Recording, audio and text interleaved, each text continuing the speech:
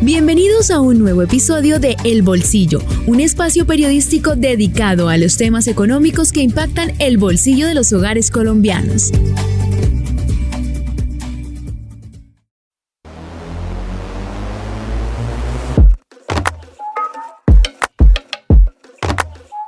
Hola, bienvenidos a El Bolsillo, un podcast de Vanguardia, el sistema informativo de Santander. Y a medida que pasan los meses, Colombia se va dando cuenta cómo se va comportando el crédito, cómo los colombianos se están endeudando y cómo los colombianos están afrontando tasas de interés altas, inflación alta y alta volatilidad del dólar. Y aunque se pronostica una desaceleración en la demanda del crédito, así lo han asegurado los expertos, en medio, como lo decimos, de esta inflación, de estas tasas de interés y el menor crecimiento económico, el segmento del microcrédito todavía continúa siendo muy demandado y mostrando incrementos a lo largo de este año. Y así lo mostró Asomicrofinanzas, que reveló que la cartera bruta de este sector llegó a 19,64 billones en Colombia. Vanguardia Podcast.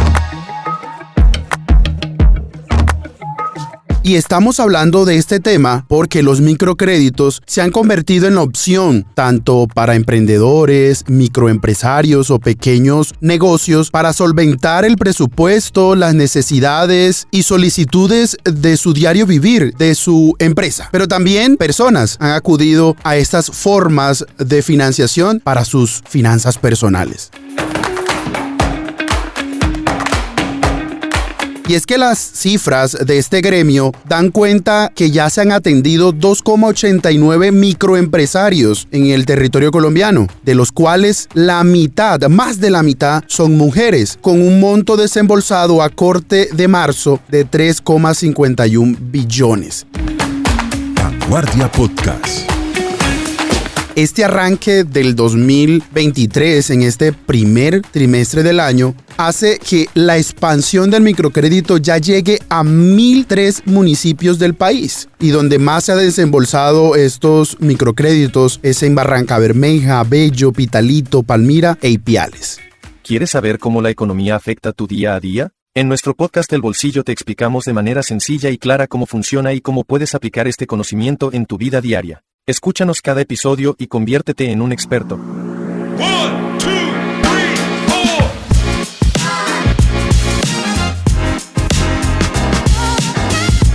Este panorama comprueba, según Asomicrofinanzas, que acaba de publicar el informe de impacto y sostenibilidad y del financiamiento de este segmento de la economía colombiana, cómo mes tras mes los colombianos van saliendo de la informalidad y de estar por fuera del sistema financiero. El gremio nos dice que 292,000 personas se registraron por primera vez en el sistema financiero gracias a estos servicios de microfinanzas.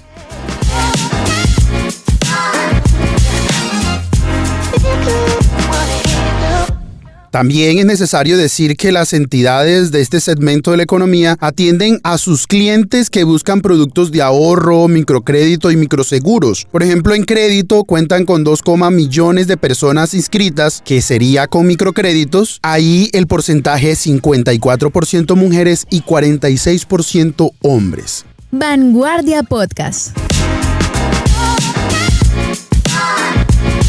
Y por eso, en El Bolsillo, en este podcast de finanzas personales y finanzas empresariales, tuvimos la fortuna de hablar con María Clara Hoyos, la presidenta ejecutiva de Asomicrofinanzas, quien nos va a explicar un poco cómo está el aporte de estas instituciones microcrediticias de microfinanzas a reducir las brechas en el país, el acceso al sistema financiero y también hablar de inclusión financiera.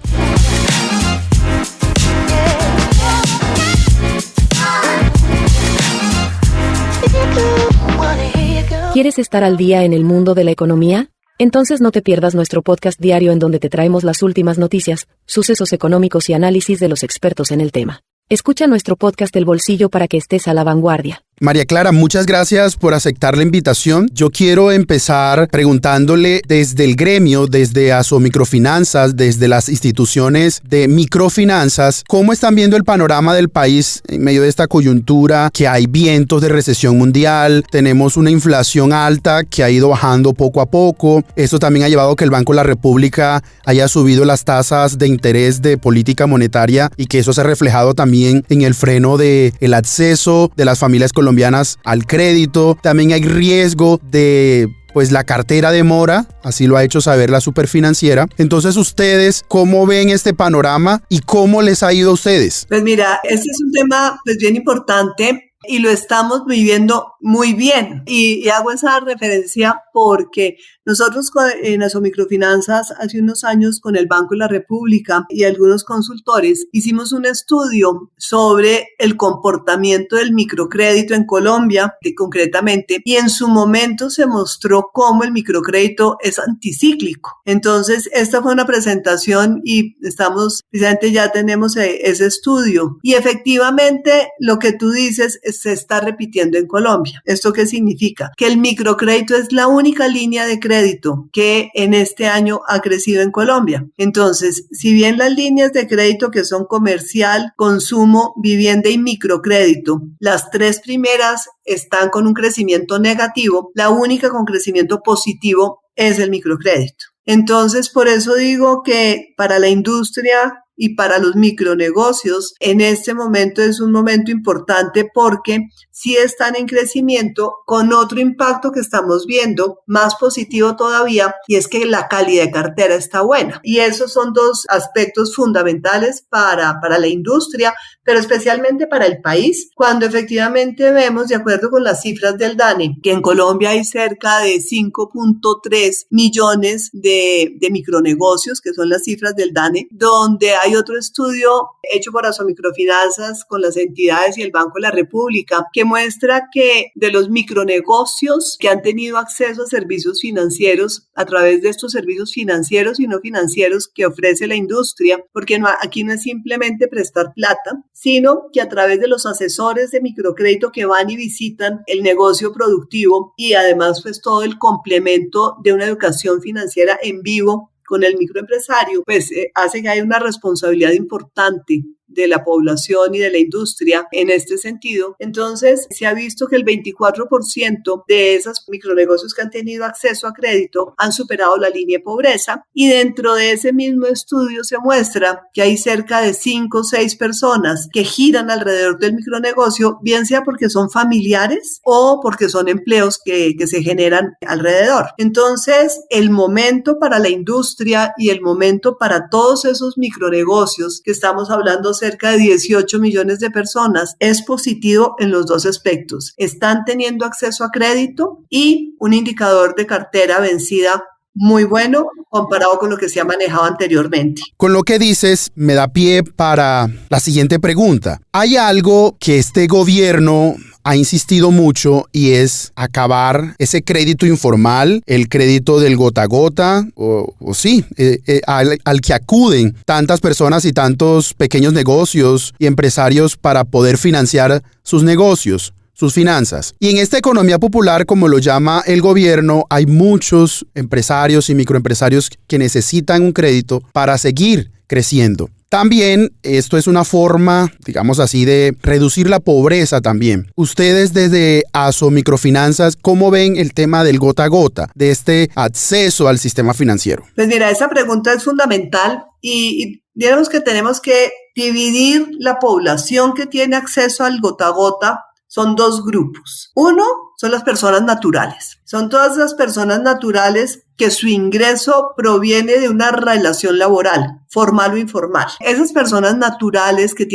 dependen de un trabajo, que tienen acceso al gota a gota, son muchísimas, porque son aquellas que tienen una urgencia, pero que muchas veces esa urgencia se vuelve un tema que nunca pudieron pagar ese acceso al gota a gota por diferentes circunstancias, especialmente porque sus ingresos son normalmente fijos. Y cuando acuden al gota a gota es porque a pesar de tener un trabajo o están sobreendeudados y no les prestan crédito o están sancionados y no les prestan crédito. Entonces, ese es un perfil de población que somos todos nosotros, que somos asalariados, formales o informales, que hay muchísimos que acuden al gota a gota. Otros que también acuden al gota a gota, que sí son los que nosotros atendemos, son los negocios productivos. Entonces, cuando hablamos de negocios productivos, estamos hablando engranado con el gobierno actual, con los negocios productivos de economía popular, que muchos de estos son negocios de subsistencia. Y cuando hablo negocios de subsistencia, son todos estos vendedores ambulantes, todos los recicladores, por ejemplo. Ese sí es un negocio productivo. Esos negocios productivos también acceden al gota a gota, y esos negocios productivos son los que las entidades que atienden, que están prácticamente todas asociadas a Somicrofinanzas, son las que los atienden con una tarea personalizada. ¿Qué pasa con estos micronegocios? Hay un esquema de autoexclusión muy grande. Entonces, como sienten que hay que llenar unos formularios, que ir a la entidad financiera no es para ellos y que llenar un formulario es complicadísimo, terminan acudiendo al gota a gota. Esos son los que nosotros estamos trabajando y esos son las nuevas líneas del producto Creo que estamos trabajando conjuntamente con el gobierno nacional, pero para negocios productivos. Entonces, y pongo el caso de uno general, que es el caso de los recicladores, por ejemplo. Esos son negocios de supervivencia cuando arrancan a recoger todo lo de reciclaje, pero lo cogen a sus espaldas. Lo que nosotros hacemos es que le damos el crédito para que compre ese carro de reciclaje. Seguramente ese carro él lo tiene, pero está pagando un arriendo carísimo por ese carro en madera con un par de llantas. Eso también es un esquema de gota a gota, porque es un alquiler carísimo, y lo que aquí hacen estas entidades es que hablan con el reciclador, miran con él mismo cómo son cuántos son sus ingresos y cuántos son sus gastos de esa recolección de basura, cuánto de eso le sirve y qué excedente le queda, uno para poder vivir, pero qué excedente le queda para organizarle un crédito. Y ahí es donde se le organiza el crédito al plazo que ese reciclador, que es una persona, puede pagar, porque no todos los recicladores tienen el mismo precio, ni todos los recicladores de todo el país tienen las mismas características. Lo que hacen las microfinanzas es que ese crédito es a la medida de la persona. Ese micronegocio, porque para nosotros es un micronegocio, tiene acceso a crédito, y ahí es donde sí los podemos sacar del gota a gota, porque tiene un negocio productivo que le genera unos excedentes y que esos excedentes pueden utilizarlos para pagar el crédito. Entonces, esa es la población que sacamos del gota a gota, y sobre ese es que estamos trabajando, no sobre los asalariados, porque Asomicrofinanzas representa es a los micronegocios, desde que son un micronegocio de subsistencia, que lo ayudamos a tener sus primeros activos. Este reciclador que tiene su primer carro, su primer carrito para jalar, ese es su primer activo, y lo cuida en todas las formas hasta que va creciendo. Y seguramente hay otros que ya hoy tienen su bodega alquilada, que ya empiezan a comprarle las cosas reciclables a otros recicladores. Ese es el que llamamos un micronegocio consolidado. Entonces, estas son básicamente los negocios productivos, llámese microcrédito o llámese micronegocios productivos de la economía popular o llámese microcrédito de la base de la pirámide. Es esa población, precisamente, la que con servicios financieros y no financieros los apoyamos a que vayan creciendo y su negocio vaya creciendo. Hace poco, en la presentación de los resultados de Asomicrofinanzas, María Clara, decías una afirmación que me queda, pues todavía la recuerdo, y es que a medida en que se le abre la puerta al sistema financiero, se le permite el acceso a los microempresarios, para ellos se reduce la pobreza y la informalidad. Pero en este caso hablemos de la informalidad. ¿Cómo se reduce la informalidad para ellos? Esa pregunta es importantísima porque la forma en que los ayudamos es dándole acceso a crédito. Esa es la mejor forma de ayuda porque estas entidades reportan esos créditos a las centrales de riesgo. Entonces empiezan a tener un historial crediticio y ese historial crediticio es la mejor referencia para que una entidad bancaria los pueda atender. Inclusive hay varias entidades, bancos y compañías de financiamiento vigiladas por la Superintendencia Financiera que los atienden cuando ya han tenido sus primeros créditos, no importa lo chiquitos que sean. Cuando ese microempresario supervivencia ha mantenido un crédito bien atendido durante 6 meses, ese reporte se mandó a la central de riesgo. Esa entidad financiera dice, ha tenido un buen comportamiento, quiere decir que sí conoce el negocio y los atienden aunque sean informales. De los 3 millones de micronegocios que hoy atendemos, el 80% son informales. Pero gracias a esa cadena de crecimiento que tienen, a esa, como le digo, atención personalizada, donde el asesor le dice, mire, usted está pagando muy bien el crédito, ¿qué otro proyecto tiene? ¿O qué otras necesidades tiene? No, que se me dañaron las llantas. Entonces le dan un crédito adicional para las llantas o necesito unas bolsas A, B o C para poder separar las cosas de reciclar y poderla entregar y que me den un mejor valor. Esos son los aportes que se les van dando. Y ya cuando este micronegocio de supervivencia lleva varios créditos, la posibilidad de que otra entidad bancaria le dé crédito es muy alta y tampoco le piden que sean formales. Por ejemplo, bancos de nicho, Banca Mía, Banco Mundo Mujer, que es el más grande de todos, el que más clientes tiene de este perfil es Banco Mundo Mujer, es el más grande en clientes. Ese no exige que sean formales. Banco Mundo Mujer, el 90% son informales y los van llevando hacia la formalización. El riesgo de llevarlos a la formalización son los sobrecostos que tiene ser formal en Colombia. Entonces, ser formal ya es un paso. Sí se le acompaña a que saque el RUT. Se le acompaña a que tenga cámara de comercio. Esos son los pasos hacia la formalización que los llevamos, pero ya lo que es formalización de pagar EPS, pagar pensión, caja de compensación, ahí ya es mucho más difícil porque el negocio no les da para pagar esos costos adicionales. Entonces, yo no sé si no está pagando eso, es cuando se le llama informal. Entonces puede tener RUT y Cámara de Comercio, pero si no está aportando a Seguridad Social, es informal. Y ese paso es muy alto porque no es solamente la empresa la que tiene que pagar, sino que a sus trabajadores también tiene que pagarle la parte proporcional. Entonces, ahí es donde esa transición entre lo formal y lo informal, muy orientado hacia los pagos de salud, pensión y caja de compensación de sus trabajadores y de la empresa misma, son lo que tenemos que analizar apoyándonos en temas como la ley hacia la formalización, la ley de la escalera a la formalización, para que esto no sea un sistema binario. Entonces, todos tienen cabida, aunque sigan siendo informales. Sí hay un compromiso de transición, pero ahí es donde es más difícil para nosotros, porque darles una mala asesoría los puede quebrar. Finalmente, María Clara, quiero hablar de un tema que yo no lo considero de moda, pero sí está sobre el debate nacional, sobre la mesa de opinión, pero también es un debate mediático que se ha dado y es la atención a las minorías. Incluso en la reciente convención bancaria, uno de los temas era cómo el sistema bancario, el sistema financiero, va a atender a las minorías. ¿Qué productos y servicios hay para las mujeres, para los indígenas, para las personas que se autorreconocen afros, para la comunidad LGBTIQ+,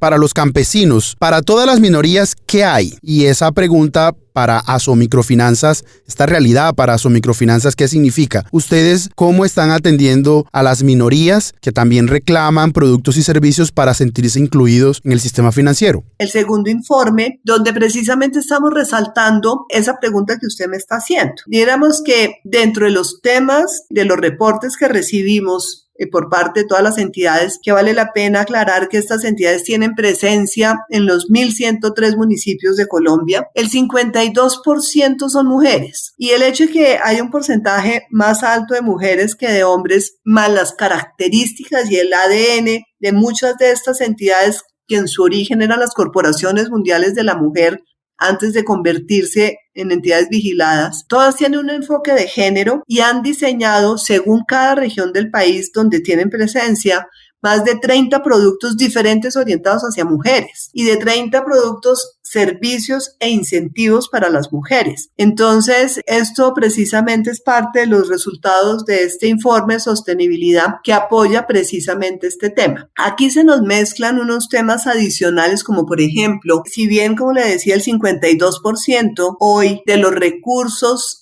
entregados son para mujeres, cuando estamos hablando de créditos inferiores a 10 millones de pesos, ese 52 se convierte en un 78%. Es decir, los créditos pequeños están el 78% concentrados en mujeres. Por alguna circunstancia, yo creo que es un tema, no sé, no podría decir cuál. En la medida que el crédito crece, las mujeres dejan de tomarlo y los créditos, microcréditos más grandes, tienen un comportamiento exactamente al revés. Microcréditos de 50 millones de pesos, ya el porcentaje de mujeres que lo toman es cerca del 20%. Pero ya ese es un proceso distinto por algo que nos caracteriza distinto a las mujeres que a los hombres. Somos más precavidas, los hombres son mucho más lanzados. Hay una serie de características, pero haciendo referencia a su pregunta, efectivamente, hay productos bien interesantes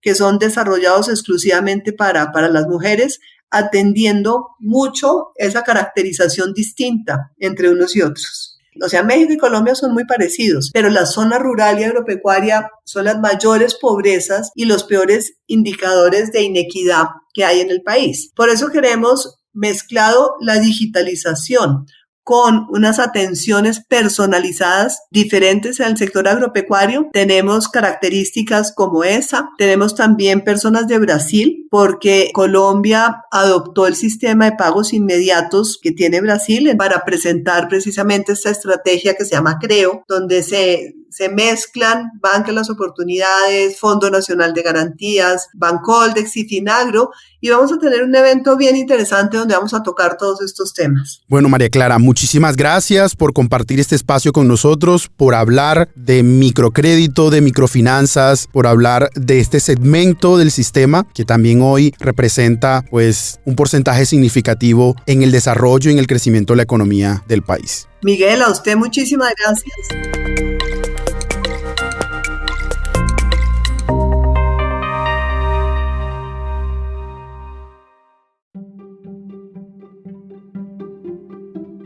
Gracias por escucharnos, gracias por compartir con nosotros durante estos minutos. Recuerden activar las notificaciones y suscribirse en su plataforma favorita de podcast. Esto es El Bolsillo, un podcast de Vanguardia del Sistema Informativo de Santander.